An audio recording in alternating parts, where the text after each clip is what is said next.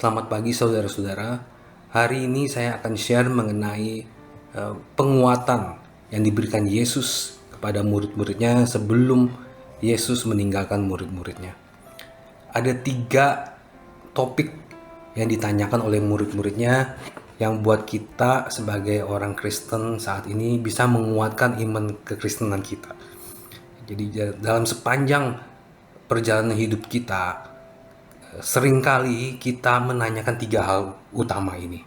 Dan justru disitulah Yesus menguatkan murid-muridnya mengenai 3 hal utama ini. Di dalam Yohanes 14 ayat 5, itu pertanyaan pertama dilontarkan oleh Thomas kepada Yesus mengenai kemana. Jadi kemana ujung jalan kekristenan itu.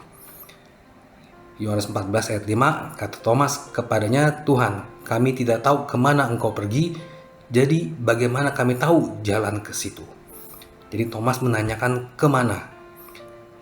Yesus menjawab, "Akulah jalan, kebenaran, dan hidup. Tidak ada seorang pun yang datang kepada Bapa kalau tidak melalui aku." Jadi kita tahu pada saat kita menjalani kehidupan kekristenan kita tahu kemana ujungnya, kemana kita nanti akan sampai, yaitu kepada jalan kebenaran dan hidup.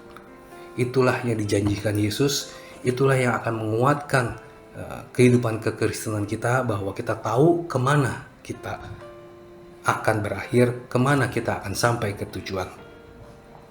Topik yang kedua kemudian ditanyakan oleh Filipus di ayat 8 ya, Yohanes 14 ayat 8, mengenai siapa ya. Jadi topiknya mengenai siapa. Yang tadi pertama adalah kemana, yang kedua adalah mengenai siapa.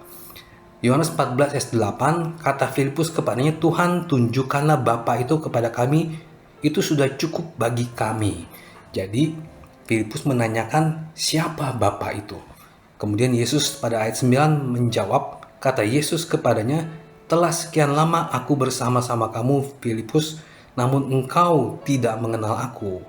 Barang siapa telah melihat aku, ia telah melihat Bapa. Bagaimana engkau berkata, tunjukkanlah Bapa itu kepada kami?" Sudah jelas di sini bahwa apa yang ditanyakan Filipus mengenai siapa Bapa itu, ya situ. Jawaban Yesus adalah, barang siapa telah melihat aku, ia telah melihat Bapa. Jadi Yesus itu ada perwujudan Bapa, perwujudan Tuhan yang mengambil rupa manusia. Jadi kita tahu kita berjalan dengan siapa. Kita tahu dengan siapa nanti kita akan berada ya. Itu topik nomor 2 yang ditanyakan murid-muridnya. Dan topik nomor 3, tadi yang pertama kita tahu kemana, yang kedua adalah siapa, yang ketiga itu mengenai bagaimana kita menjalankan kekristenan itu. Ini secara tidak langsung ditanyakan oleh Yudas yang bukan Iskariot. Dalam Yohanes 14 ayat 22, Yudas menanyakan, Yudas yang bukan Iskariot berkata kepadanya, "Tuhan, apakah sebabnya maka engkau hendak menyatakan dirimu kepada kami dan bukan kepada dunia?" Yudas menanyakan kenapa Yesus menyatakan dirinya kepada murid-muridnya yang 12 orang itu, bukan langsung kepada dunia. Di sini Tuhan ingin menggambarkan bahwa melalui murid-muridnya itu yang sudah dikuduskan, melalui murid-muridnya itu yang nantinya akan diberikan roh penghibur, yang akan diberikan hikmat, melalui mereka lah itu nanti firman Tuhan itu akan disampaikan. Jadi dalam kekristenan kita, di sini kita bisa belajar bagaimana sih sebenarnya kita menjalani kekristenan kita, yaitu dengan mempelajari apa yang dikatakan, apa yang diajarkan Yesus kepada murid-muridnya. Kita tahu ada kitab-kitab yang ditulis oleh murid-muridnya dari Kisah Para Rasul sampai kepada Wahyu. Disitulah semua bagaimana murid-muridnya memberikan arahan kepada kita, memberikan jalan yang asal dari Tuhan untuk kita menjalani hidup kekristenan kita. Di dalam ayat Yohanes 14 ayat 25, Yesus mengatakan, "Semuanya itu kukatakan kepadamu selagi aku berada bersama-sama dengan kamu. Tetapi penghibur, yaitu Roh Kudus yang akan diutus oleh Bapa dalam namaku, dialah yang akan mengajarkan segala sesuatu kepadamu dan akan mengingatkan kamu akan semua yang telah kukatakan kepadamu." Jadi murid-muridnya itu akan diberikan roh penghibur, yaitu Roh Kudus. Nah, disitulah Roh Kudus itu yang akan memberikan kekuatan bahwa semua pengajaran murid-murid, semua pengajaran-pengajaran Yesus itu akan disampaikan murid-muridnya kepada kita, tepat dan persis, ya. Jadi 3 hal yang saya share di dalam Yohanes 14 ini.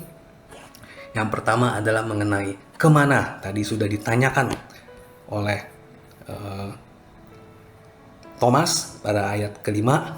Kemudian dengan siapa kita berjalan, dengan siapa nanti kita akan sampai di sana, itu pada ayat 8 ditanyakan oleh Filipus.